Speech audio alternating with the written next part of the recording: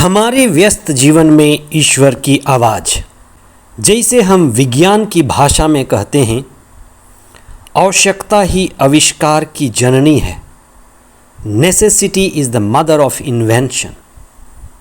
हम उसी को धर्म की भाषा में कहते हैं, ईश्वर निर्माता ही नहीं पुनः निर्माता है।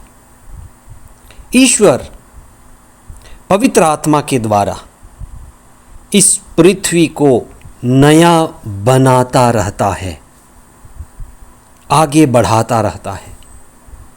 जो स्तोत्रकार अध्याय 104 पद संख्या 30 में प्रभु का वचन कहता है, तू प्राण फूंक देता है तो वे जीवित हो जाते हैं और तू पृथ्वी का रूप नया कर देता है। जैसे ही नवीन पंथी मसीही समुदाय की संख्या बढ़ती गई, सामाजिक जरूरतों की आवश्यकता बढ़ने लगी। जब भी कोई संस्था समुदाय बढ़ता है, समस्याएं आती हैं। विधवाओं के बीच राशन बांटने को लेकर उठा विवाद एक नई परिस्थिति को जन्म दिया। घटना दुर्घटना विगत घटना हमें सिखाती है कि प्रतिकूल परिस्थिति में आगे कैसे बढ़ना है।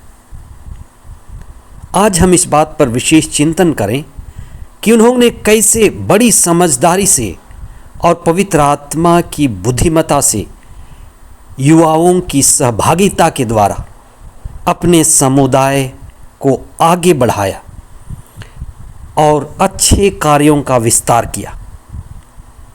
पास्का का दूसरा सप्ताह 22 अप्रैल 2023 शनिवार। पहला पाठ प्रेरित चरित अध्याय 6 पद संख्याएं 1 से 7 तक और संत योहन का सुसमाचार अध्याय 6 पद संख्याएं 16 से 21 तक। पुराने व्यवस्थान की एक मूल शिक्षा है जो 10 आज्ञा में निहित है। वह पुराने व्यवस्थान की सबसे प्रमुख शिक्षा है और उसमें भी पहली आज्ञा ईश्वर प्रेम और पड़ोसी प्रेम सबसे महत्वपूर्ण है। इसी से जुड़ा है ईसा की नई शिक्षा। जैसे संत योहन अपने सुसमाचार अध्याय 13 पद संख्या 34 में लिखते हैं, ईसा ने कहा, जैसे मैंने तुम्हें प्यार किया तुम भी एक दूसरे को प्यार करो। ईसा की नई आज्ञा भी इसी 10 आज्ञा का नया रूप है। ईसा के शिष्य और नवीन पंथी समुदायों ने इस नई शिक्षा को, नई आज्ञा को जीना शुरू किया। ईसा की नई शिक्षा यानी क्रूस आधारित शिक्षा, ईश्वर से प्रेम और मानवता की सेवा। सच्ची धार्मिकता इसी में है। प्रार्थना में ईश्वर से जुड़ना तथा समर्पित भाव से लोगों की सेवा में लग जाना। प्रारंभिक नवीन ईसापंथी समुदाय कैसे संचालित हो रहा था, वह आज हमारे लिए भी सीखने के लिए, अनुकरण करने के लिए अति आवश्यक है। पहली बात तो यह कि समस्या के उठते ही वे सब इकट्ठे हो गए, अगुआ सभा में इकट्ठे हो गए। ये पहला कदम है। फिर उन्होंने प्रार्थना के द्वारा विचार विमर्श किया, ये दूसरा कदम है। विचार विमर्श के द्वारा उन्होंने इस बात पर चिंतन किया कि क्या सबसे प्रमुख है। वचन की सेवा करना वही प्रमुख है। वचन की सेवा का अर्थ ईसा के आदेश को, ईसा की नई शिक्षा को व्याख्यान के द्वारा और उसको व्यवहारिक रूप में बनाकर ईश्वर को समर्पित होते हुए नई आज्ञा को जीना। पवित्र आत्मा से भरकर प्रार्थना में वे समर्पित हुए और उसी का परिणाम था कि उन्होंने उप याजकों को नियुक्त किया।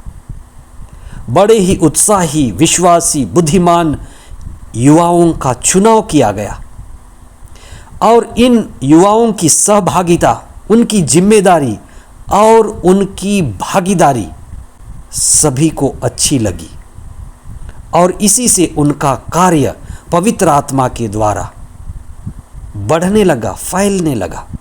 विशेष रूप से हम हस्तारोपण के एक अच्छी प्रथा को इस घटना में घटते हुए देखते हैं कि बुजुर्गों ने नवयुवकों के सिर पर हाथ रखकर उनके लिए आशीष, कृपा और नए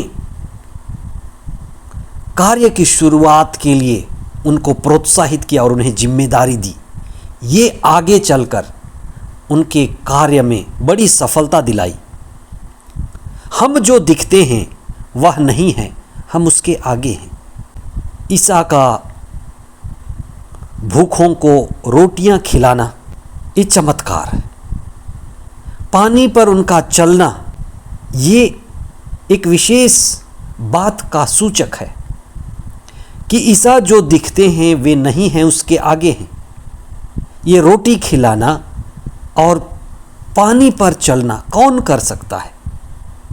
ये कोई साधारण व्यक्ति नहीं कर सकता।